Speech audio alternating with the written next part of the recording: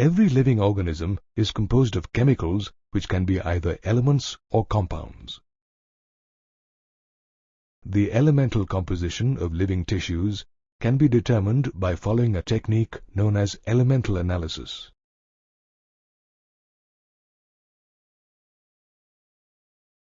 Interestingly, we obtain similar elements while doing an elemental analysis of different living and non-living things. For example, we find that elements such as carbon, hydrogen, oxygen are common to the Earth's crust as well as living tissue. However, the composition of these elements is much higher in a living organism compared to the Earth's crust, as shown in this table. To ascertain the chemical composition of organic compounds in a living organism, we perform chemical analysis. For example, to find the chemical composition of a living tissue, such as a vegetable, we first grind it in trichloroacetic acid. As a result, we obtain a thick slurry. Now we strain this slurry through a cheesecloth to obtain two fractions. One fraction is the filtrate or the acid-soluble pool, and the other fraction is the retentate or acid-insoluble fraction. The acid-soluble pool contains organic compounds. Once a compound has been extracted, the next stage is to separate one compound from the others using separation techniques such as chromatography and centrifugation. Thereafter, various analytical techniques are used to identify the molecular formula and the structure of the compound. All the carbon compounds we derive from living tissues are called biomolecules. For example, carbohydrates, lipids, amino acids, water, and nucleic acid.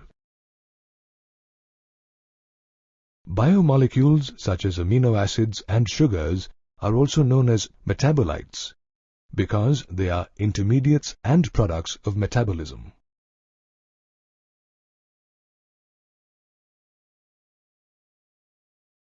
They are classified as primary and secondary metabolites. Compounds such as hydrogen, carbon, oxygen, nitrogen, sulfur, and sodium, which are involved in normal growth, development, and reproduction, are called primary metabolites. They are found in animal tissues. On the other hand, compounds such as alkaloids, flavonoids, rubber, essential oils, antibiotics, colored pigments, scents, gums, and spices are known as secondary metabolites. They are found in plant, fungal, and microbial cells and perform an important ecological function. Some of them play a helpful role as antibiotics and pigments. Living beings are also composed of inorganic compounds such as sodium chloride and calcium carbonate. To analyze the constituents of inorganic compounds, we carry out the following process. We take a small amount of living tissue, such as a leaf, and weigh it. This weight is known as wet weight. Then we dry this leaf to allow the water to evaporate to get its dry weight. Now, when we burn the leaf, the carbon compounds get oxidized and the leaf releases carbon dioxide and water vapor. The remaining ash contains inorganic elements such as calcium, magnesium, and potassium. Therefore, Analysis of compounds helps us identify organic and inorganic constituents in a living tissue. It also helps identify functional groups such as aldehydes, ketones, and aromatic compounds. In biology, however, functional groups are present as amino acids, fatty acids, and nucleotide bases, together known as biomolecules. Amino acids are the building blocks of all proteins. The amino group and carboxylic group are present on the same alpha carbon atom of the amino acid. Hence, they are also known as alpha amino acids. Amino acids are substituted methanes. There are 4 substituent groups occupying the 4 valency positions. These groups are hydrogen, the carboxyl group, amino group, and a variable group also known as the R group. Based on the nature of the R group, there are many amino acids. However, there are 20 standard amino acids in proteins. For example, glycine, in which the R group is hydrogen, alanine, where the R group is a methyl group, and serine, where the R group is a hydroxymethyl group. The chemical and physical properties of amino acids are essentially of the amino, carboxyl, and the R functional groups.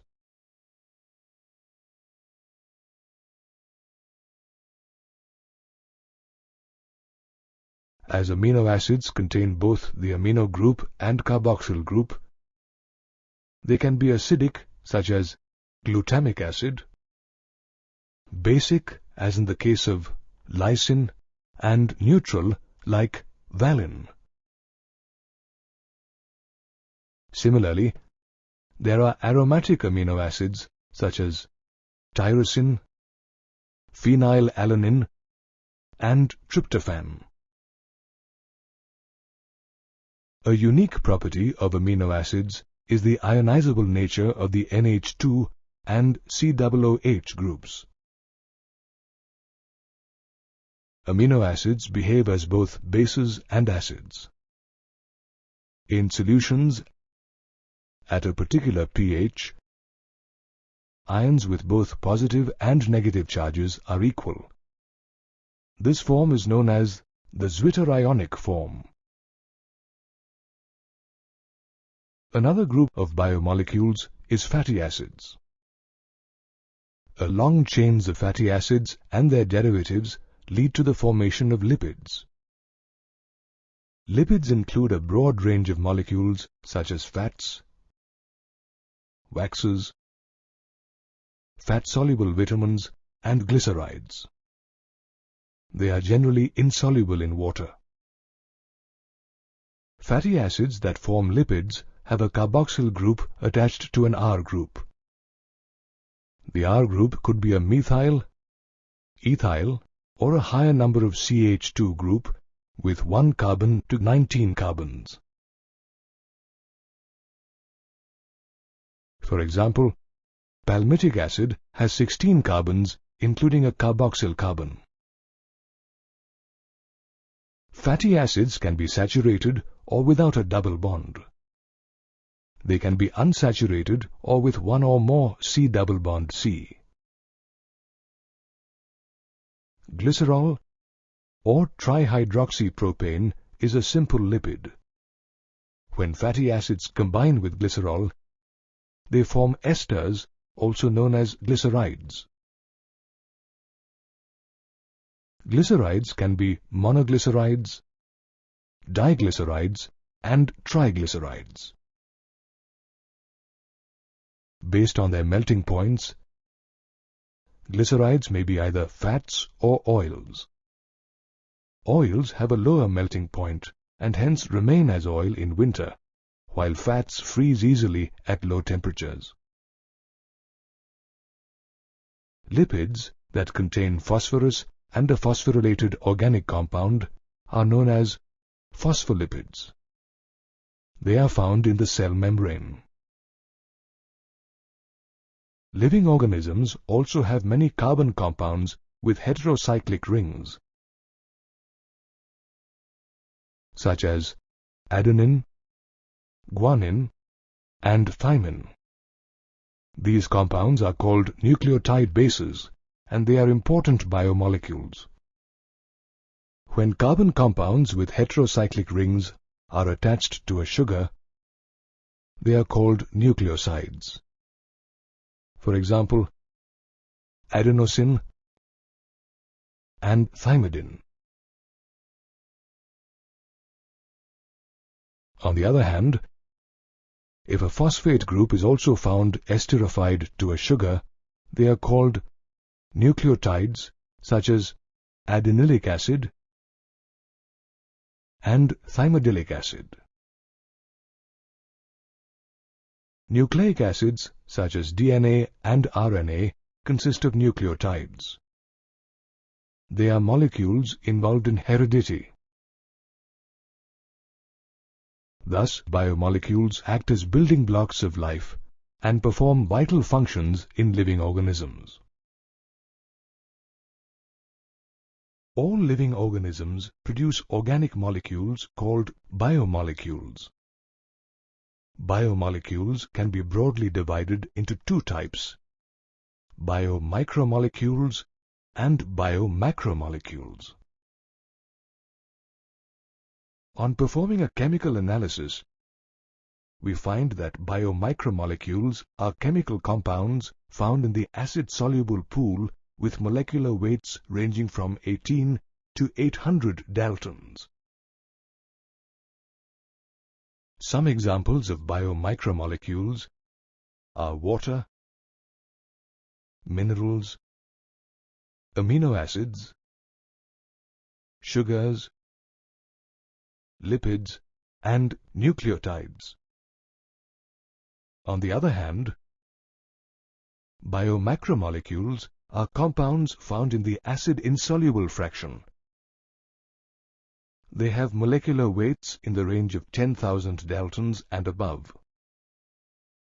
Biomacromolecules, or compounds which come from the insoluble fraction, are proteins, polysaccharides, and nucleic acids. Interestingly, lipids, which are biomicromolecules, are also found in this fraction. The acid-soluble fraction represents the cytoplasmic composition, while the acid-insoluble fraction consists of macromolecules derived from cytoplasm and organelles. Together, these two fractions represent the complete chemical composition of living organisms. Biomacromolecules have molecular weights in the range of 10,000 daltons and above. Let's understand why lipids, whose molecular weight does not exceed 800 daltons, are a part of the acid-insoluble fraction. Lipids have a small molecular weight, and they are arranged in the cell membrane and in the membranes of mitochondria, chloroplast, and Golgi apparatus.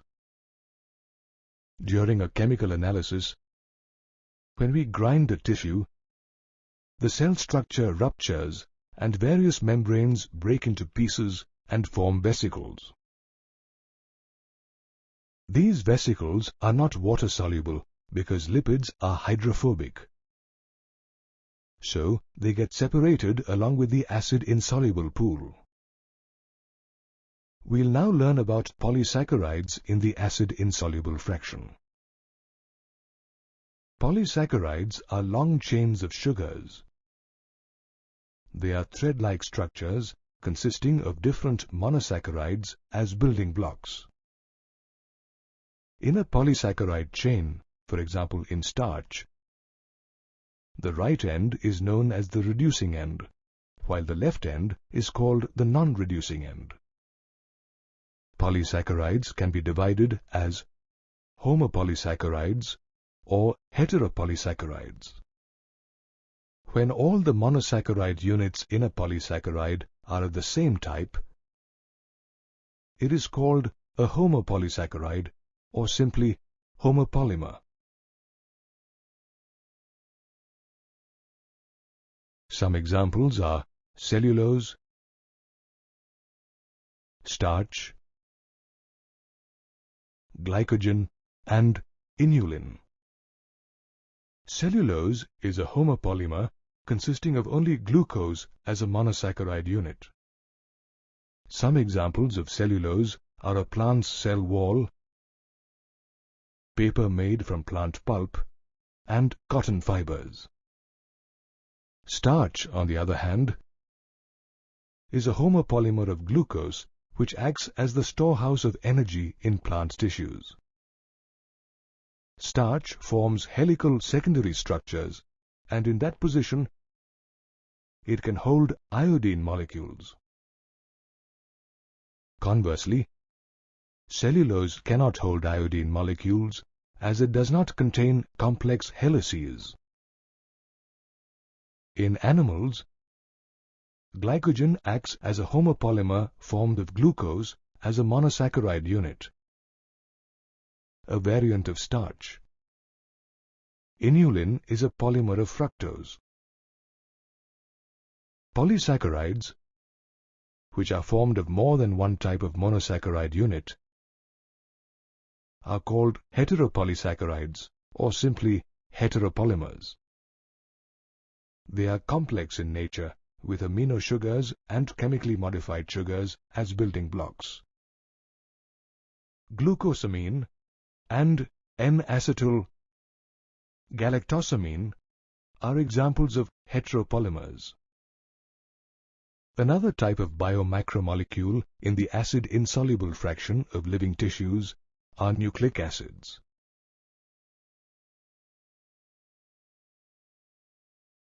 A nucleotide acts as a building block of nucleic acid and forms a polynucleotide chain.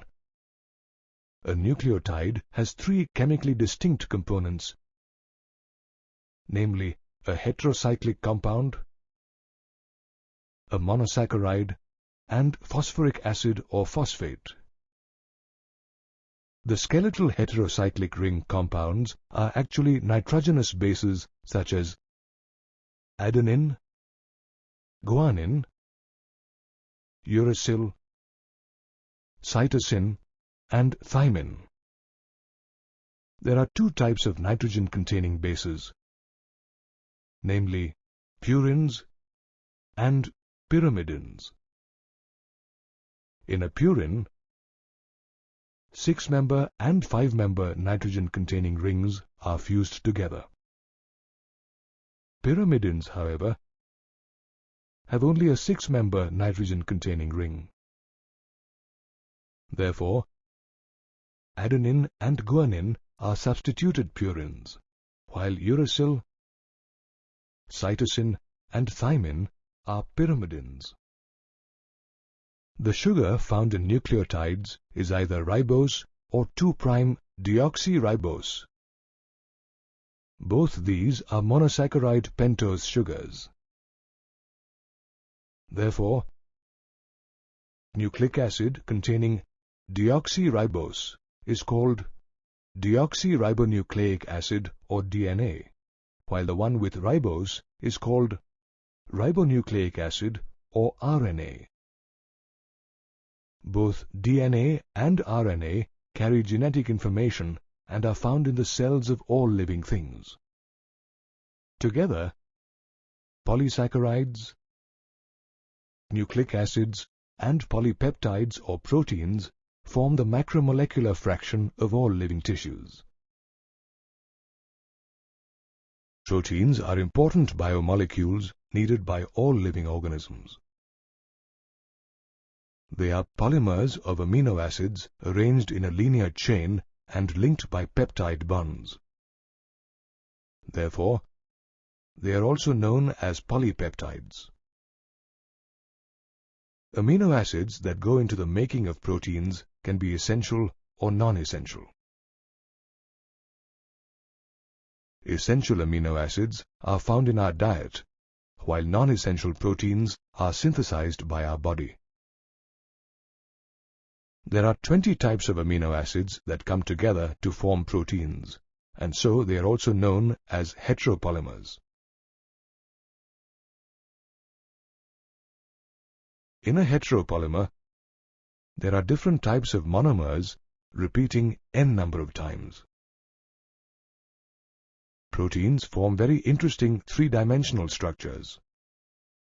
The structure of molecules is depicted differently in different disciplines.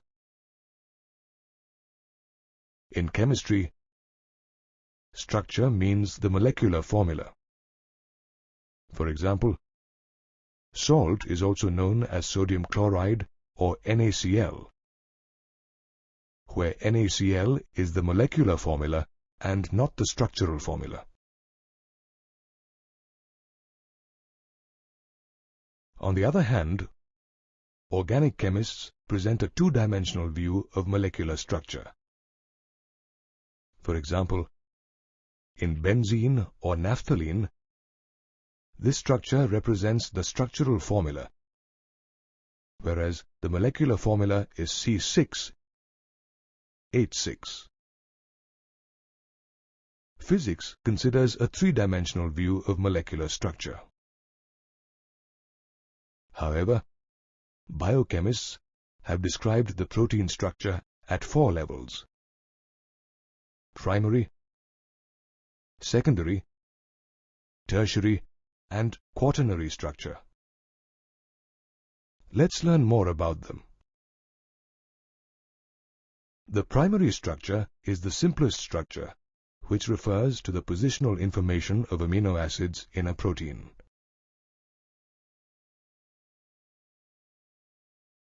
Hypothetically, a protein is a thread formed by amino acids where the left end is represented by the first amino acid or the N-terminal amino acid, and the right end is represented by the last amino acid or the C-terminal amino acid.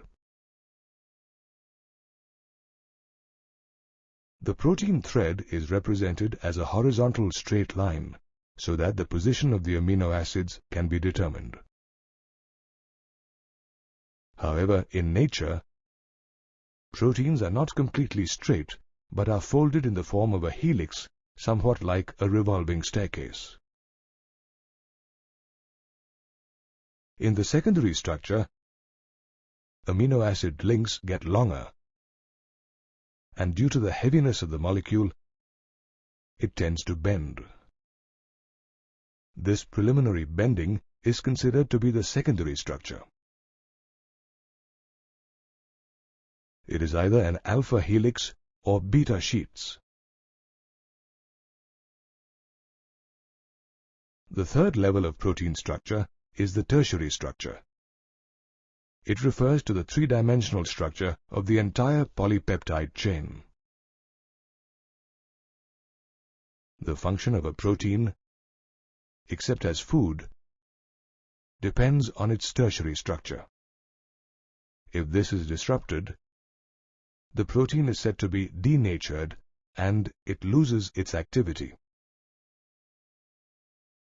The fourth level of protein structure is the quaternary structure. This structure is formed by several protein molecules or polypeptides, also known as protein subunits.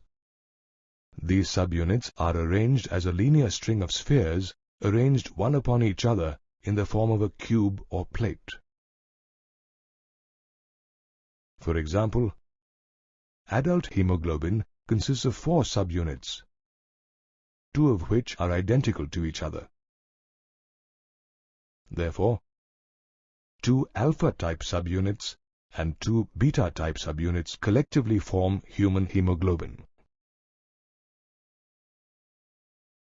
Some of the most common proteins we come across are collagen, rubisco, trypsin, insulin, antibodies, receptors, and GLUT4.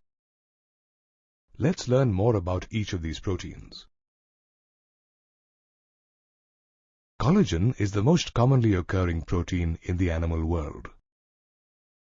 Collagen fiber is generally found in connective tissues and acts as an intercellular ground substance in the space between the cells. On the other hand, ribulose bisphosphate carboxylase oxygenase, or Rubisco, is the most abundant protein in the whole of the biosphere. It acts as a catalyst during the process of carbon fixation. Trypsin acts as an enzyme, and insulin acts as a hormone. Another protein called antibody helps fight infections.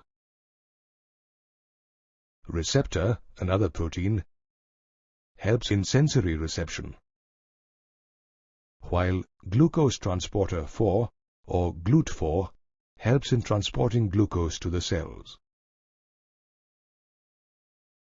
In this manner, various proteins play a vital role for every living organism. The structure of these proteins is crucial in determining their functions. Bonding plays a crucial role in the making of a polymer. A polymer is formed when many monomers come together and bond in long chains.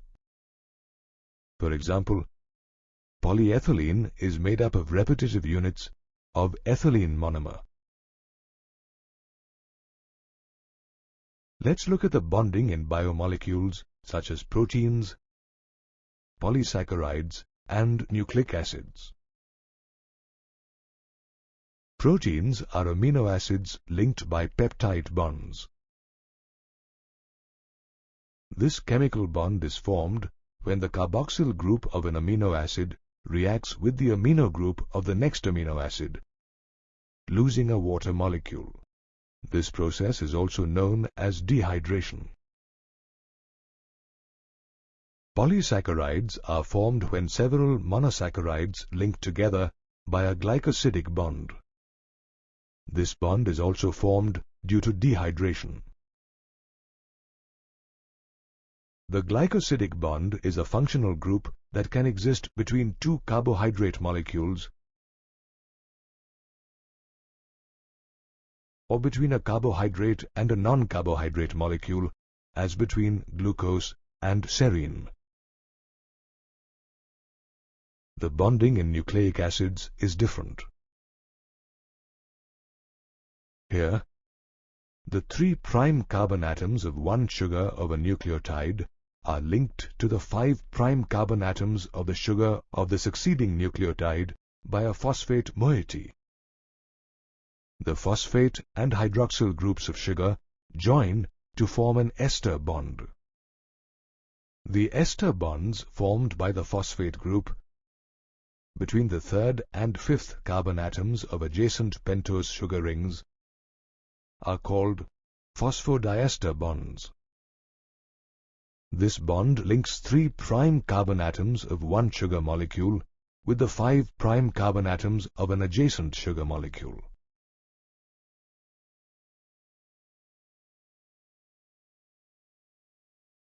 The phosphodiester bond is very vital to all forms of life, as it forms the backbone of deoxyribonucleic acid or DNA strands.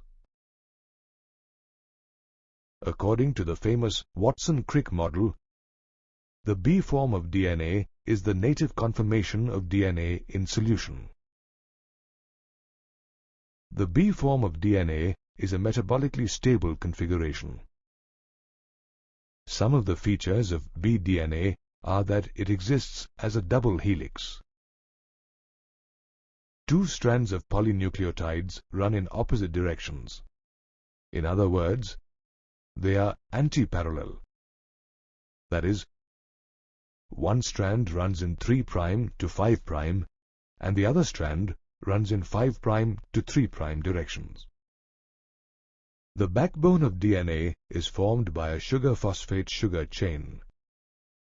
The nitrogen bases face inside and are almost perpendicular to the backbone. The 4 bases found in DNA are adenine, cytosine, guanine, and thymine, which are abbreviated as A, C, G, and T respectively. Each type of base on one strand forms a bond with just one type of base on the other strand. For example, adenine on one strand base pairs with thymine on the other strand by a double bond. Similarly, cytosine on one strand base pairs with guanine on the other strand by a triple bond. Each strand appears like a helical staircase, and every step of ascent is represented by a pair of bases. One full 360-degree turn of the helical strand would involve 10 steps or 10 base pairs. In other words, there are 10 phosphate sugar groups in every full revolution of the DNA strand. The distance along the helix axis corresponding to one turn is known as pitch. In a B DNA, the pitch is 34 angstroms. The rise per base pair, or the distance between two base pairs, is 3.4 angstroms. The different types of bonds we have studied are crucial as they provide structure and stability to biomolecules and make them functional.